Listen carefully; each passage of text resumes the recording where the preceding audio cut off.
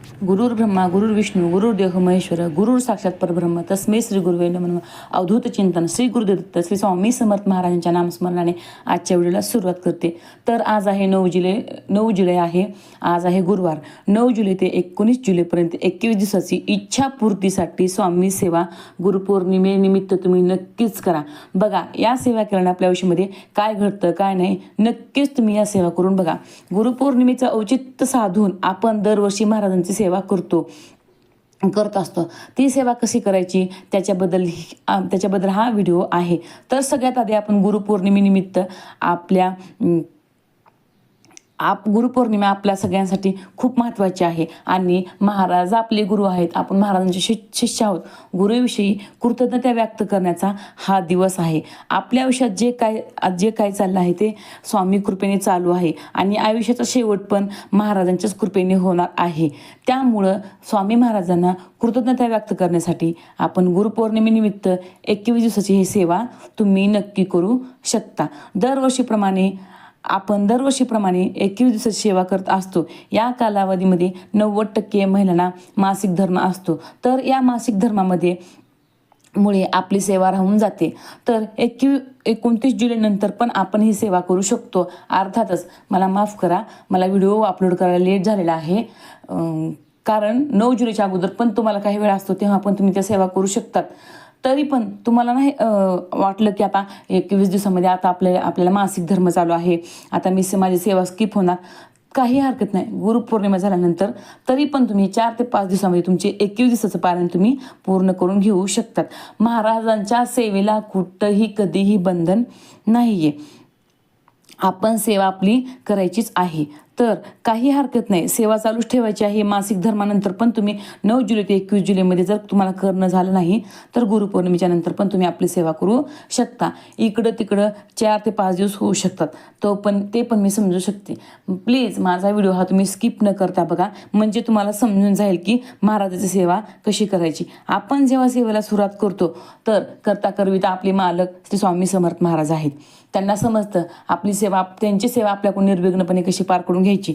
तर काय करायचे, केंद्रात जावा, तुम्ही मठात जावा, खडीसाखर नारळाचा नैवेद्य ठेवा, महाराजांना विनंती करा की मला साठी मला माझी इच्छा पूर्ण करण्यासाठी मी 21 दिवसाचं पारायण करत आहे. अगदीच ह्या गोष्टी तुमच्या घरापास जवळपास नसतील, मंदिर किंवा मठ शक्य होत नसेल तर देवापुढे साखर ठेवा आणि महाराजांना विनंती करा की गुरुपौर्णिमेनिमित्त माझ्याकडून तुम्ही ही सेवा निर्विघ्नपणे पार पडून घ्या. अशी सेवा तुम्ही अशी प्रार्थना तुम्ही महाराजांना करायची आहे. तर 21 दिवसाची सेवा केल्यानंतर काय फळ मिळेल, 21 दिवसाची सेवा केल्यानंतर काय होईल याचा अनुभव घ्यायचा असेल तर लग्न हे सुयोग्य जोडीदार लग्न मनासारखं होईल. मनासारखं म्हणण्याच्या ऐवजी अगोदर सुयोग्य जोडीदार मिळावा. लग्न व्हावं म्हणून पण ही सेवा आपण करू शकतो. शिक्षणाची काही अडचण असेल, नोकरीच्या शोधात असाल किंवा आपले कुठलं काम अडकत असेल त्याच्यासाठी पण आपण प्रयत्न करत आहोत तर तुम्ही 21 दिवसाची सेवा नक्की करू शकता. गुरुबळ इतकं महत्त्वाचं आहे की गुरुबळ आपल्यासाठी गुरुकृपा असणं खूप महत्त्वाचे आहे. आपल्याला गुरुबळ मिळतं, गुरुकृपा असणं खूप महत्त्वाचे आहे. आपला गुरु स्ट्रॉंग व्हावं यासाठी आपण या सेवा नक्की करायची आहेत. मी शून्यातून विश्व निर्माण करून माझं आयुष्य कसं घडवीन यासाठी प्रयत्न करा. आयत्या पिठावर तर कोणी पण रेखाट वाटतं, पण स्वामी सेवेसोबत आपलं नशीब खूप महत्त्वाचे आहे. त्यासाठी आपलं प्रयत्न चालूच ठेवायचा आहे. स्वामी चैतन्याची सेवा करायची आहे, नित्य सेवा करायची आहे. नित्यसेवेमध्ये आता आपण नेहमी काय करतो, स्वामी सारामृत 3 वाजतो, 11 माळी जप करतो. ह्या तर सेवा आपल्याला करायचीच आहेत. तसंच तुम्ही या 21 दिवसामध्ये 11 वेळेस तारक मंत्र म्हणायची सेवा करू शकता. रोज 11 माळी जप करण्याची सेवा करू शकता. 21 दिवस सारामृत करू शकता. या 3-4 सेवेमधली तुम्ही कोणतीही एक सेवा करू शकता. तर ताई मी या सगळ्या सेवा करू शकत नाही, यातली कुठलीही एक, नक्कीच तुम्ही यातली कुठलीही एक सेवा करू शकता. आता तुम्हाला प्रश्न पडला असं की ताई मला सेवा करायला वेळ मिळत नाही, ऑफिस असतं, हे असतं. तुम्हाला जसं वेळ मिळेल, जिथं वेळ मिळेल तुम्ही सेवा करू शकता. स्वामीची सेवा करायला वेळेचं, बसण्याचं, ठिकाणाचं कसलंही बंधन नाही आहे. तर ताई तुम्ही असं विचारायचं मांडणी करायची गरज आहे का? नाही, मांडणी करायची गरज नाही आहे. संकल्पयुक्त महाराजांना तुम्ही या कार्यासाठी संकल्प करा. असं म्हणा की माझं हे नाव आहे, जसं की माझं मीरा भागवत सूर्यवंशी, मी या गोत्रातून आहे, असं बोलून हातावरती 2 चमचे पाणी घ्या. त्याच्यामध्ये थोडी हळद, कुंकू आणि फूल व्हावा. ते पाणी एका प्लेटामध्ये अर्पण करा. ते पाणी तुळशीला न घालता तुम्ही बाकीच्या कुठल्याही झाडाला घालू शकता आणि महाराजांना प्रार्थना करून संकल्पयुक्त सेवा करू शकता. आता तुम्हाला प्रश्न पडला असेल की ताई माझं लहान बाळ आहे. आता मी समजू शकते, कारण मलाही 2 मुलं आहेत. लहान मुलं असल्यानंतर सेवा करायला किती म्हणजे काय अडचण येऊ शकते. शक्य नाही. तुम्हाला जर शक्य झालं तर तुम्ही आता आपण महाराजांच्या सेवेमध्ये एवढं रुजलेलं आहोत की आपलं 1 तासाच्या आत स्वामी चरित्र सारामृत होतं. माझं तर आता इतकं सवय झाली की माझं जवळजवळ 25 मिनिटामध्ये किंवा 20 मिनिटामध्ये सारामृत होतं. तरी पण तुम्हाला वाटलं की आता बाळ झोपले, बाळ उठलं किंवा दरवाजावरती कोणी किंवा आपल्या घरी कोणी आलं तर तुम्ही उठू शकता. राहिलेले अध्याय तुम्ही नंतर वाचू शकता. त्याप्रमाणे तुम्ही आपल्या अध्यायाचं पूर्ण वाचन करू शकता आणि आपली सेवा महाराजांच्या चरणी अर्पण करू शकता. 21 दिवस थोडी आपली ओढातून होईल, पण संकल्पयुक्त पारायण नक्की करायचं आहे. संकल्पयुक्त पारायणामध्ये तुम्ही परान्न वर्ज्य करा.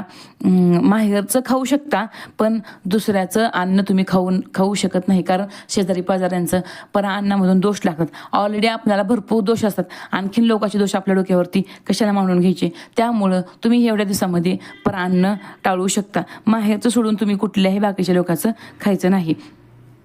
21 दिवसाच्या सेवा केल्यानंतर काय अनुभव येतो तो तुम्ही नक्की घ्या. गुरुमाऊली जर आपल्याला वर्षातनं कमीत कमी 108 स्वामी सारामृताचं पारायण करायला सांगतात. काय बायका आता कोणी 21, 11 असं पारायण करून 108 वर्षभरातलं पारायण पूर्ण करतात. पण काय बायका लागोपाठ 108 पारायणाचं सारामृताचं पण पारायणाचा संकल्प करतात.